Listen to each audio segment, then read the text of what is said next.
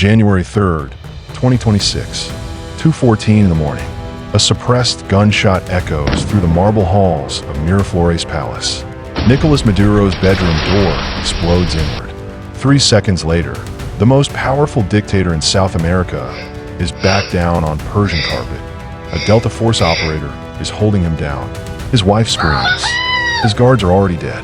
And in exactly 46 minutes, Maduro will be aboard an American warship 70 miles from Venezuelan soil, watching his empire collapse through the window of CH-47 Chinook. This is not a movie. This is not speculation. This is Operation Absolute Resolve, the most audacious extraction mission since the raid that killed Osama bin Laden. But here's what makes this operation different. Bin Laden was hiding in a compound. Maduro was sleeping in a presidential palace, surrounded by 50,000 troops, protected by Russian air defense systems, monitored by Cuban intelligence, and backed by Chinese surveillance technology that tracks every phone call in the country. The United States didn't just capture a dictator. They proved that no one on Earth is untouchable. And if you think this happened overnight, you're wrong.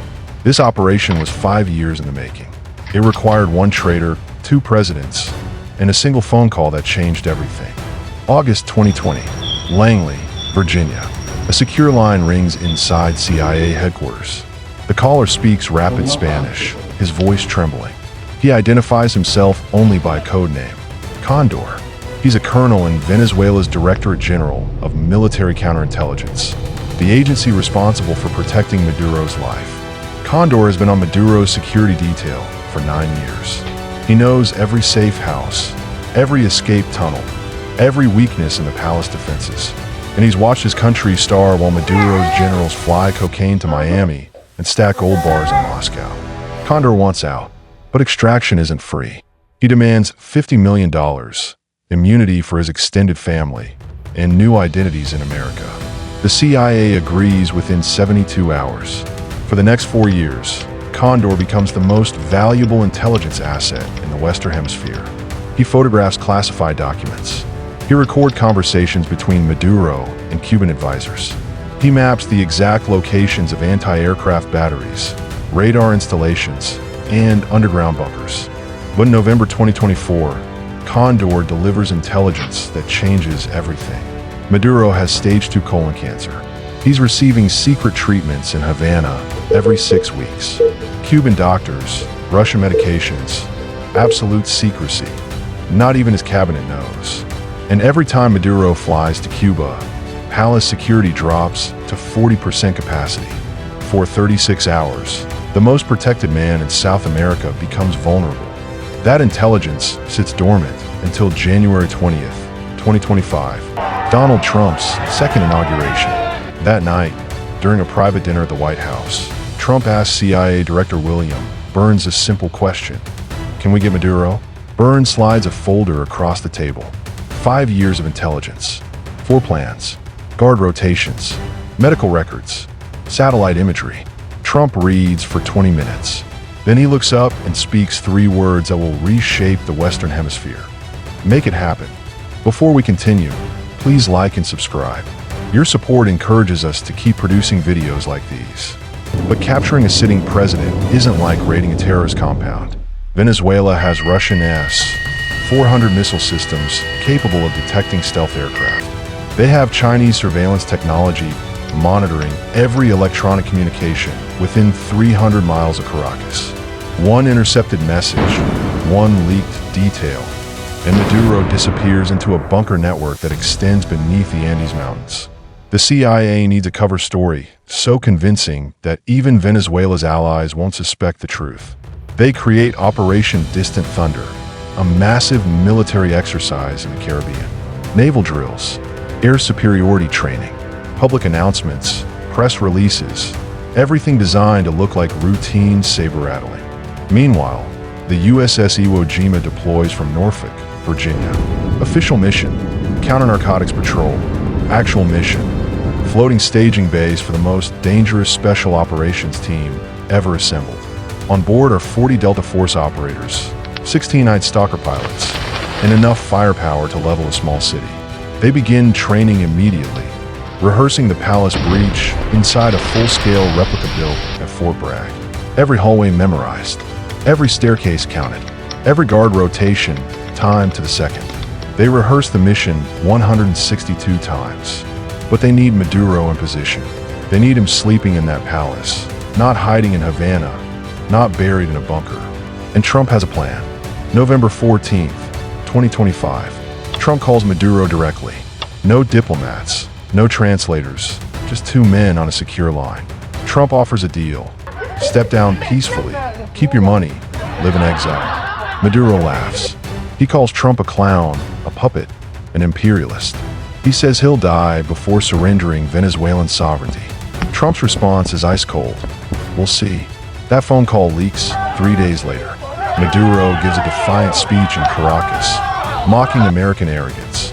He cancels his December trip to Havana because Chinese diplomats are arriving with a $10 billion infrastructure deal.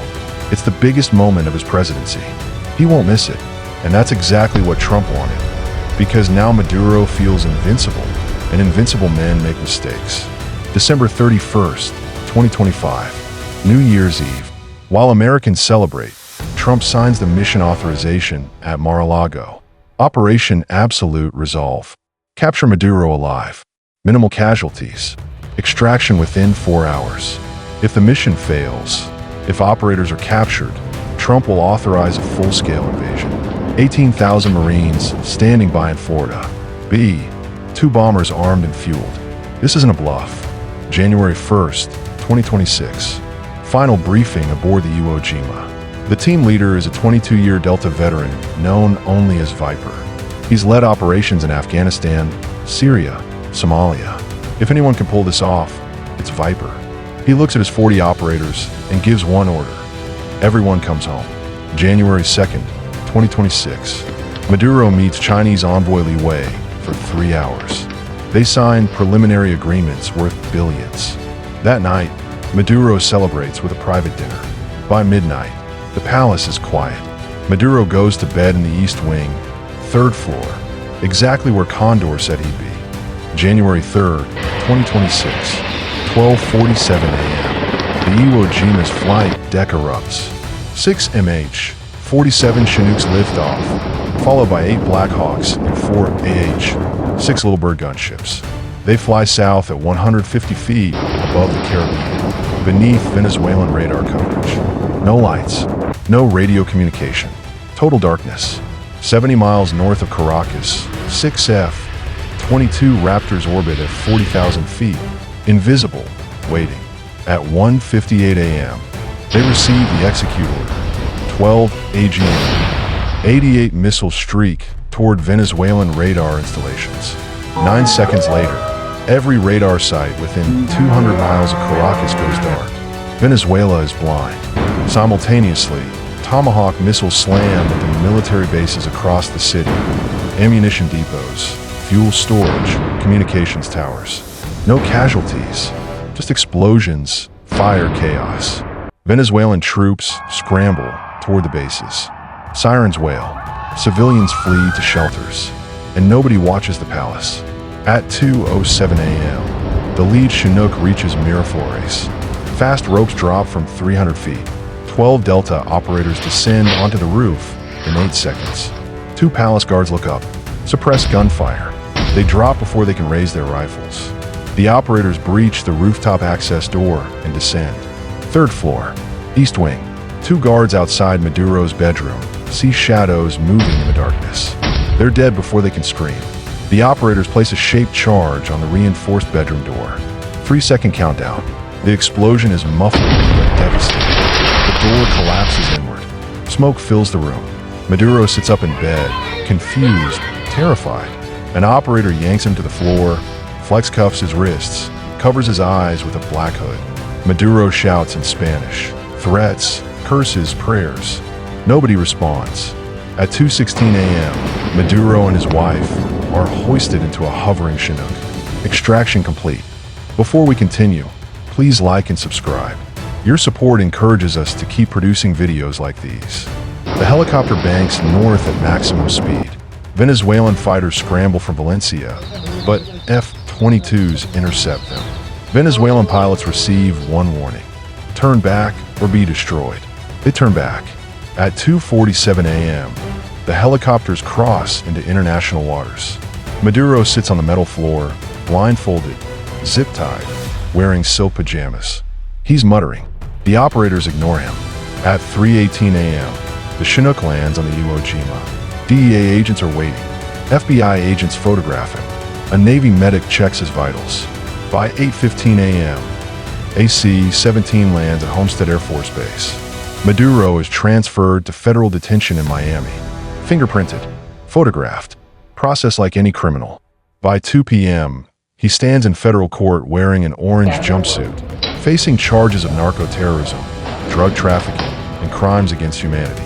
The judge denies bail. Trial set for June 2026. That night, Trump addresses the nation. His words are simple. Let this be a message to every dictator who thinks they can hide from American justice. You cannot. We will find you. We will get you. And you will answer for your crimes. Maduro thought he was untouchable. He thought Russian missiles and Cuban spies and Chinese technology made him invincible. He was wrong, because power doesn't come from weapons or walls or alliances. Power comes from will. And on January 3rd, 2026, America proved it has more will than any dictator on earth.